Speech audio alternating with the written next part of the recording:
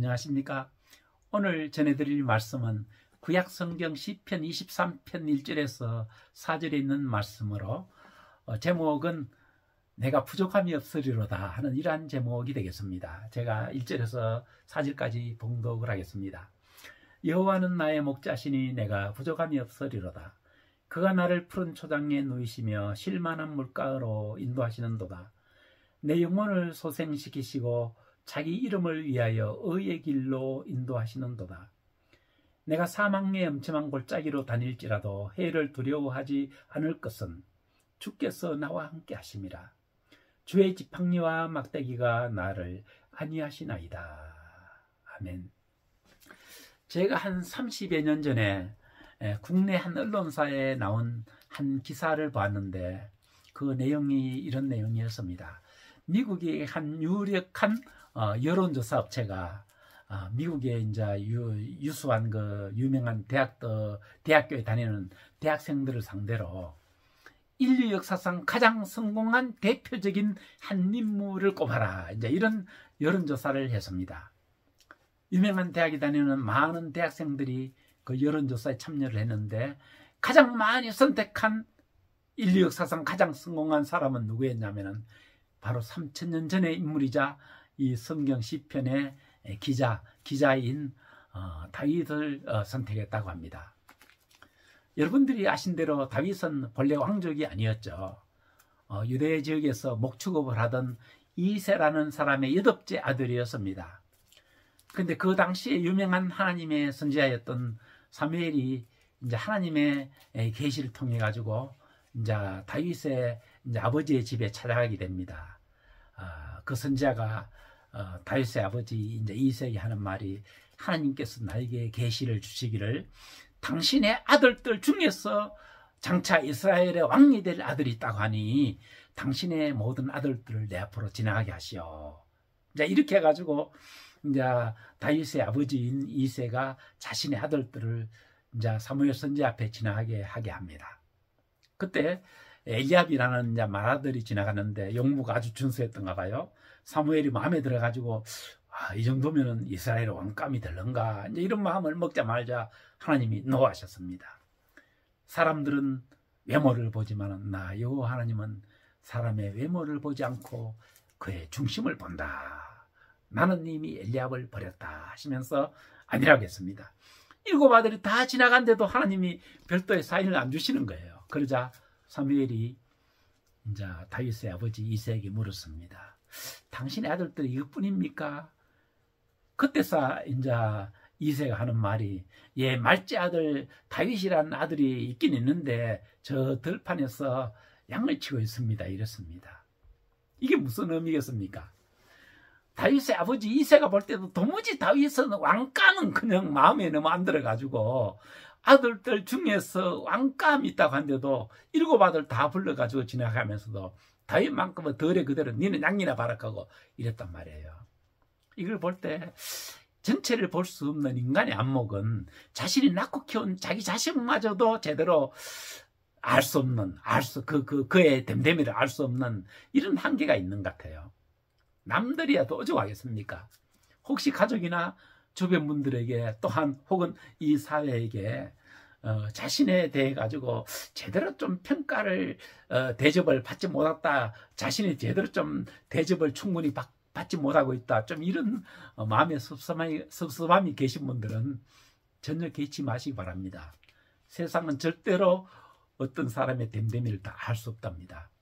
충분히 나는 나다는 자부심을 가지고 다른 사람들의 평가에 상관없이 자부심 가지고 자신 있게 세상을 사시기를 권면을 드리겠습니다. 오늘 여기에 다윗이 기록한 시편 23편의 이 기록을 보면은 다윗의 일생은 무척이나 참 평화롭고 안정된 참 그런 삶을 살았던 것처럼 이 내용이 무척이나 서정적으로 참 아름답게 그려져 있습니다. 그러나 성경을 보면은 다윗은 정말 전쟁으로 설명이 될 정도로 다윗의 일생 참 전쟁터의 연속의 삶을 살았다고 해도 과언이 아닐 정도로 다윗은 전쟁의 사람이었습니다. 다윗이 얼마나 전쟁 속에 살았는가 하면은 그의 삶을 단적으로 잘 설명해주는 한 유명한 부분이 있습니다. 그 뭐냐면은 다윗이 나중에 이스라엘의 왕이 되거든요. 왕이 돼가지고 이제 백향목으로 잘 왕궁을 잘 짓습니다.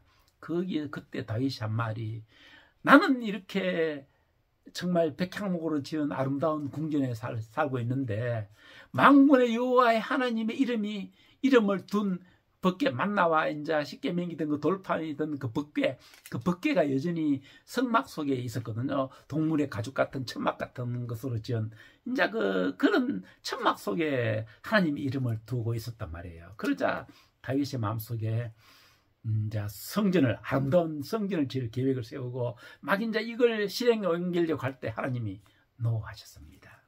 내 마음은 가상하다마는 너는 일평생 전쟁터에서 너무나 많은 피를 흘렸다. 너무나 많은 피를 흘린 너의 손으로 평화의 상징이 될 나 여호와 하나님의 성전을 지을 수가 없다. 내 이름을 둘 성전은 너의 아들 때에 가서 지어질 것이다 해가지고 다윗의 아들은 솔로몬 때에 가서 이제 성전이 지어지게 됩니다. 물론 다윗이 그 성물 준비는 다 했습니다. 이처럼 다윗의 일생은 한평생 전쟁터에서 전쟁터로 이어지는 이런 삶을 살았는데, 이러한 다윗이 어떻게 이런 참 평화로운 서정적인 이러한 시를 지을 수가 있을까요? 다윗의 정말 참 이 신앙이 잘 드러나는 부분들이 참 몇 곳에 있습니다.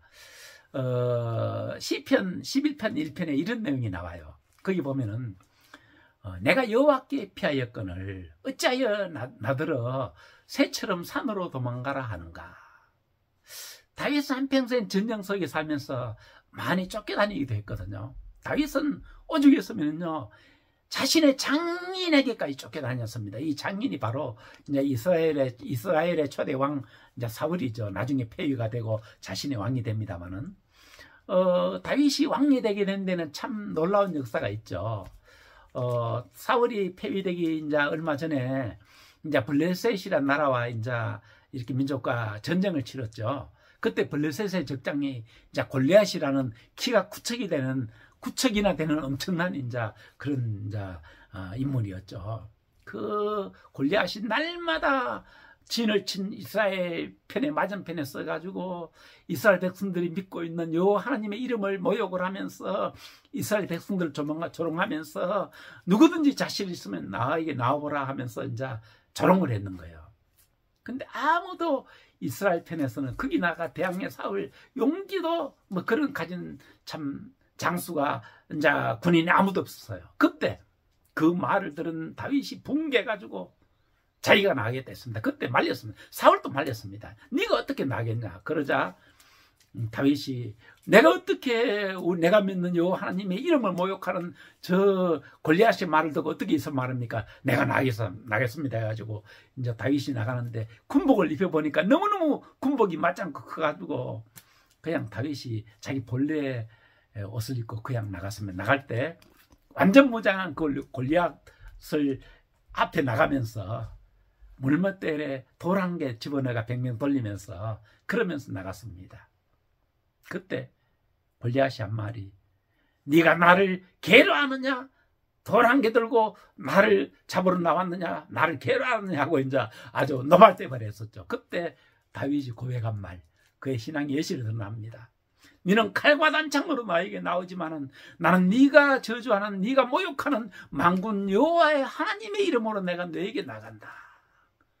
이 어린 소년의 이 신앙의 위대함이 드러나지 않습니까? 우리가 자칫하면은요 성경의 아브라함이라든가 다윗이라든가 이런 분을 위대하게 지키 세우기 쉽지만은 사실은 그분들이 위대하게 된 데는 신앙 때문인 거예요. 신앙이 그들을 위대하게 만든 거예요.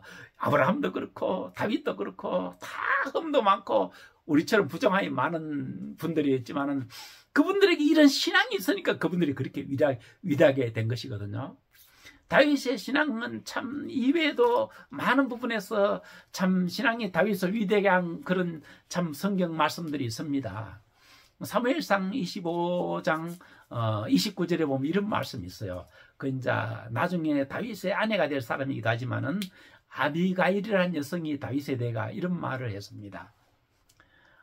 당신의 우리 주군의 생명은 만군의 여호와의 하나님의 생명사기 안에 우리 주권의 생명이 쌓여있기 때문에 그 어느 누구도 마음대로 해칠 수가 없다, 이런 말을 했습니다. 이건 사실은 다윗만이 그런 게 아니고 이 세상에 사는 모든 사람의 생명이 그러합니다. 하나님이, 우리 예수님이 어제 가면 그렇게 했어요. 참새 한 마리도 하나님의 명령 없이는 떨어지지 않는다고 했습니다. 이 세상의 모든 인류 역사를 주관하시고 인간의 생사와 화복 모든 걸 주관하시는 분이 우리 하나님이시거든요. 이걸 다윗이 완전히 믿었던 거예요. 이걸 완전히 믿었기 때문에 한평생 전쟁터를 전전하면서 살아갔지만은 이 고백을 할 수 있었던 거예요. 하나님이 나의 목자가 되셔서 나를 푸른 초장과 쉴만한 물가로 인도하셨다.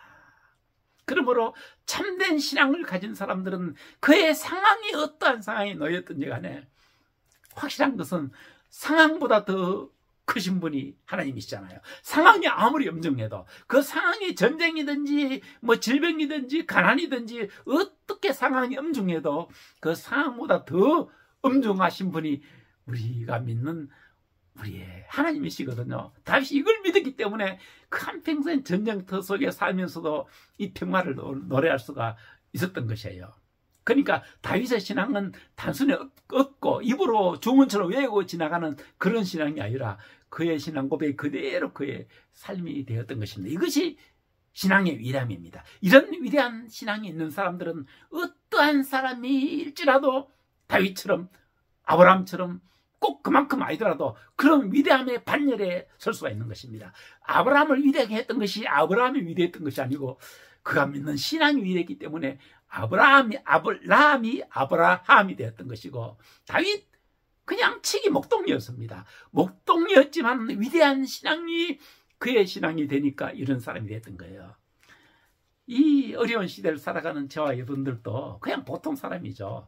그렇죠. 보통 사람이지만은 아브라함을 위대하게 했던 그 믿음, 다윗을 위대하게 했던 그 믿음, 천진만물을 지으시고 인간의 화복을 주관하시는 그 하나님이 나의 우편에, 나의 전후 좌우에 계시고 나의 막대기도 되시고 나의 지팡이도 되시어서 나를 인도하신다는 이 믿음을 가진 사람들은 상황이 먼저 보이는 게 아니라 하나님이 먼저 보이기 때문에 그런 상황 속에서 여전히 다윗이 고백한 이 고백을 할 수가 있을 줄 알고 있습니다. 저와 여러분들도 분명 보통 사람이죠. 하지만 이 보통 사람인 저와 여러분들 속에 아브라함을 위대하게 했던 그 믿음, 다윗을 위대하게 했던 그 믿음, 천지만물을 지으시고 인간의 생사화복을 주관하시는 그 하나님을 믿는 믿음이 우리의 믿음이 되게 될 적에 우리는 또한 이 시대의 아브라함, 이 시대의 다윗이 될 줄 알고 있습니다. 저와 여러분들의 신앙이 꼭 우리 입에서만 끝나는 게 아니라 우리의 삶 속에 다윗처럼 온전한 삶으로 표현되는, 삶으로 살아나는 이러한 살아있는 믿음이 되시기를 축원드립니다. 감사합니다.